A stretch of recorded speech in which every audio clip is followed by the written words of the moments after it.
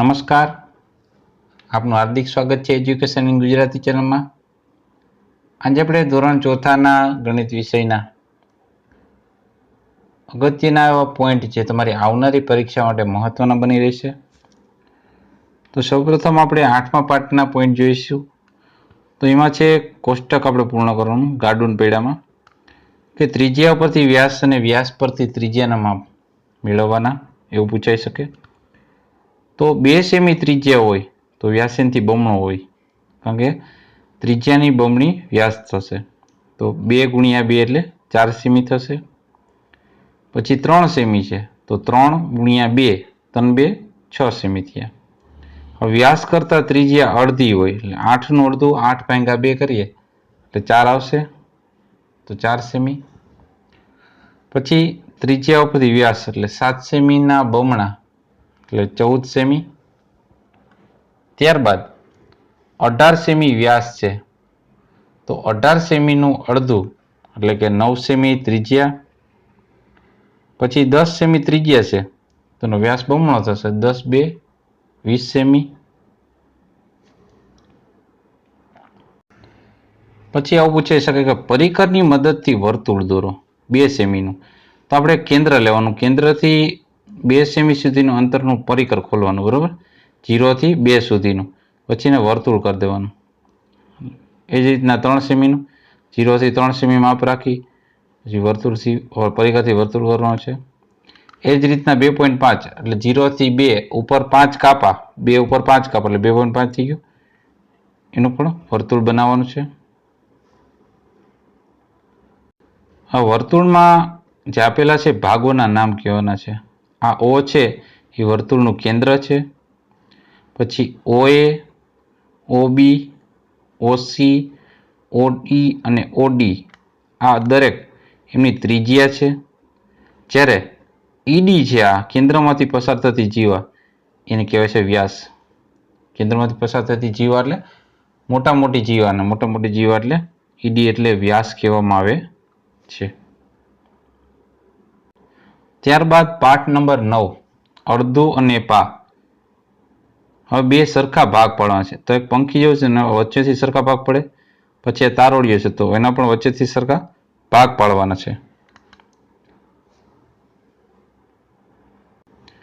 એ જ રીતના આકૃતિઓ છે એના વચ્ચેથી એમ સરખા ડોટ ડોટ લાઈન કરી ભાગ પાડવાના છે.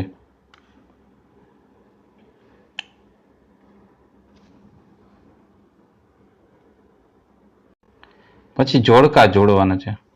તો 4 ખાના છે બરોબર, એમાંથી 2 ખાના રંગેલા છે, 2 ખાલી છે, તો એ અડધું થયું. અડધું એટલે 1/2.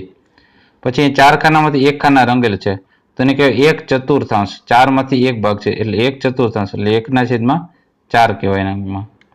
ત્યારબાદમાં 4 ખાના પૂરેલા છે એટલે પૂરો આવશે આ બધું પૂરો એટલે 4/4. પછી 4માંથી 3 ખાના રંગેલા છે એટલે 3/4 કહેવાય છે. 3/4 એટલે 3/4. ત્યારબાદ વ્યવહારિક દાખલા છે. પેલું એક તરબૂચના 100 રૂપિયા, તો તરબૂચ 1/4 ભાગ છે, ચોથા ભાગના કેટલા રૂપિયા થાય? તો એક તરબૂચના 100 રૂપિયા તો 1/4 ના કેટલા? તો 1/4 ગુણ્યા 100.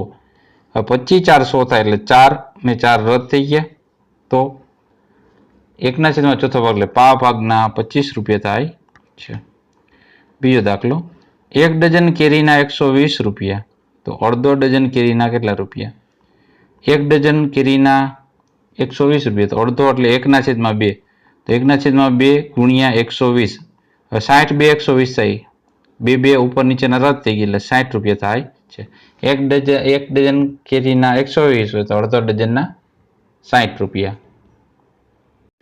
ત્રીજો દાખલો, 4 લીટર દૂધનો 3/4 ભાગ એટલે કેટલો ભાગ?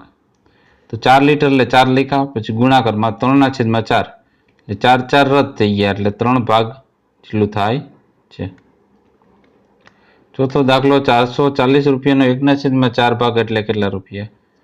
તો 440 ને ગુણ્યા 110 કે એટલે 440 કર્યા, 1/4 અને 440 નો ગુણાકાર કર્યો. હવે 440 છેદમાં 4 આવ્યો એટલે 440 ભાગ્યા 4 કરીએ તો 4 1 4 પછી 0 પછી ઉપરથી 4 4 1 4 પાછું પછી આ મીંડું તો ઉપર ચડી ગયું એટલે 110 આવ્યો તો 110 4 440 થાય તો 4 4 રદ થઈ ગયા એટલે 110 રૂપિયાનો જવાબ આવે છે કે 440 રૂપિયાનો 1/4 ભાગ 110 રૂપિયા થાય છે. ત્યારબાદ પાઠ 10મો છે પેટર્નની રમત. અલગ અલગ અંકોની પેટર્ન બનાવવાની છે. તો અહીં આપણે એ પછી બી નથી, સી પછી ડી નથી, ઈ છે એટલે એક અંક ઠેકાડતા ગયા છે. તો જી પછી આ એક એબીસીડીમાં જે એક અંક રદ કરી લખવાનું છે એ રીતના પેટર્ન બનાવવાની છે. બીજી પેટર્ન તો 10 20 30 40 50 60 એમ લખવાનું.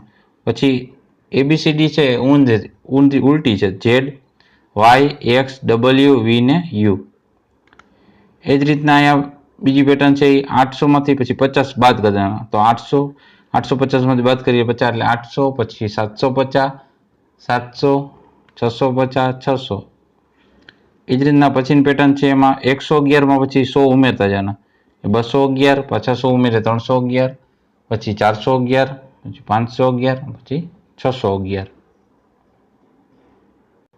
હવે કોષ્ટક પૂર્ણ કરો તો એમાં તમને આપ્યું શું હોય તો નીચે આ 10 20 ને 30 આપ્યા હોય તો આ 10 ને 20નો સરવાળો કરવાનો. 10 + 20 એટલે 30 ઉપર લખી નાખવાના. પછી અહીંયા બે ઈંટો છે તો 20 + 30 એટલે 50 ઉપર લખી નાખવાના, જે સામાન્ય ઈંટ હોય એને. પછી 30 ને 50નો સરવાળો કરીએ એટલે આવશે 80 તો એની ઉપરની ઈંટમાં લખી નાખવાના. એ જ રીતના બીજી એક પેટર્ન છે 800 + 200 એટલે 300 લખવાના. 200 + 300 એટલે 500 લખ્યા. 500 + 300 એટલે 800 લખાઈ ગયા. એ જ રીતના 50 + 60 એટલે 110. 60 + 70 એટલે 130. 130 + 110 એટલે 240. આમ પેટર્ન બને છે. ત્યારબાદની પેટર્ન છે કુલ સરવાળાથી 5 વધારે. તો પેલા 1 + 2 + 3 + 4 + 5 બધાને સરવાળો એટલે 15 આવ્યા. તો ત્યાર પછીના શું કરવાનું કે અંક 2 એના પછી પહેલો નહીં લેવાનો, 2 થી ચાલવાનું. 2 + 3 + 4 + 5 + 6 તો બધાને સરવાળો કરશો ને તમે 6 ને 5 11. 11માં 4 નાખીએ તો 15. 15માં 3 નાખીએ તો 18. 18 ને 2 નાખીએ 20. તો 15 થી 20 કેટલા વધ્યા? 5 વધ્યા. તો એના પછી નેક્સ્ટમાં શું કરવાનું કે 2 નહીં લેવાનું, પછી 3 થી જવાનું. 3 4 5 6 7 તો આ બધાને સરવાળો કરશો તો આવશે 25. પછી 3 નહીં લેવાનું, 4 થી લેવાનું. 4 5 6 7 8 તો એનો જો સરવાળો કરશો તો 30 આવશે. ત્યારબાદ 4 નહીં લેવાનું, 5 થી લેવાનું. 5 6 7 8 9 તો એનો 35 આવશે. એટલે દરેકમાં જવાબ +5 5 વધીને આવે છે. હવે આપણે પાઠ જોઈએ 11મો ઘડિયા અને ભાગાકાર. એમાં દાખલા ગણો છે. પહેલું, એક મોટી કાચની પેટીમાં બિલાડીઓના કુલ 28 પગ દેખાય તો પેટીમાં કુલ કેટલી બિલાડીઓ હશે? તો 4 પગ એટલે એક બિલાડી થઈ. તો 28 પગ એટલે કેટલી બિલાડી? 28ના છેદમાં આવ્યા 4 તો 7 4 28. 4 4 રદ થઈ ગયા એટલે 7 બિલાડીઓ હશે. બીજો દાખલો, એક તબેલામાં નીચે બેસીને જોતા ગાયોના કુલ 56 પગ દેખાયા તો તબેલામાં કુલ કેટલી ગાયો હશે? તો 4 પગની એક ગાય તો 56 પગની કેટલી ગાય? 56 ભાગ્યા 4 14 4 56 થાય એટલે 4 4 રદ થઈ ગયા એટલે 14 ગાયો હોય. પછી ત્રીજો, એક વર્ગખંડમાં રહેલ બાળકોના કુલ હાથ 84 છે તો વર્ગખંડમાં બાળકોની કુલ સંખ્યા કેટલી? તો એક બાળકને 2 હાથ હોય તો 84 હાથ એટલે કેટલા બાળક? તો 84 ભાગ્યા 2 કર્યા એટલે 2 4 8. 8 માંથી 8 રદ થાય 0. ઉપરથી ઉતારે 4. 2 2 4 તો 42 2 84 થાય એટલે 42 બાળકો હોય. જો 84 હાથ હોય તો એના 42 બાળકો થાય. એક મેદાનમાં ઊભી રહેલી ઓટો રિક્ષાના કુલ પૈડા 312 છે તો ઓટો રિક્ષાની કુલ સંખ્યા કેટલી છે? 3 પૈડા હોય એક રિક્ષામાં, ઓટો રિક્ષામાં, તો 312નો કેટલી રિક્ષા આવી? બરોબર. તો 312ના છેદમાં 3 તો 312 ભાગ્યા 3 કરીએ આપણે. 3 1 3 3 જાય તો 0. ઉપર ઉતારો એકડો હવે 1 થી ભાગ નથી એટલે ભાગમાં પડી શૂન્ય, એટલે ઉપરથી ઉતાર્યો બગડો. 3 4 12, 12 માં 12 જાય તો 0, એટલે 104 ગુણ્યા 3 કરશો એટલે 312 થશે. એટલે કુલ 104 ઓટો રિક્ષાઓ હશે. 5મો દાખલો, પ્રીતિ 21 દિવસ શાળામાં ગેરહાજર હોય તો તે કેટલા અઠવાડિયા ગેરહાજર હશે? જો 7 દિવસનું એક અઠવાડિયું તો 21 દિવસના કેટલા અઠવાડિયા? 21 ભાગ્યા 7, 7 3 21, 7 7 રદ થઈ ગયા એટલે 3 અઠવાડિયા એ ગેરહાજર છે. 6થો દાખલો, કનુએ 17 ચીપલામાંથી એક માળા બનાવી. તેની પાસે કુલ 100 ચીપલા હતા. તેમાંથી કેટલી માળા બનાવી, કેટલા ચીપલા બાકી રહે? તો 17 ભાગ્યા 100, બરાબર? 100 ભાગ્યા 17 કર્યા, 17 5 85, 100 માંથી 85 બાદ કરી એટલે 15 આવશે. એટલે કુલ 5 માળા બનશે અને 15 ચીપલા બાકી રહેશે. તો આ હતા આપનું ધોરણ 4નું ગણિત વિષયનું અસાઇનમેન્ટ પરીક્ષાલક્ષી, જે વાર્ષિક પરીક્ષાલક્ષી છે એનો પાર્ટ પહેલો, જેમાં 8 થી 11 પાઠના મહત્વના એવા પોઈન્ટ આપણે આવરી લીધા છે. તો જોતા રહો એજ્યુકેશન ગુજરાતી અને શીખતા રહો. થેન્ક યુ, આભાર.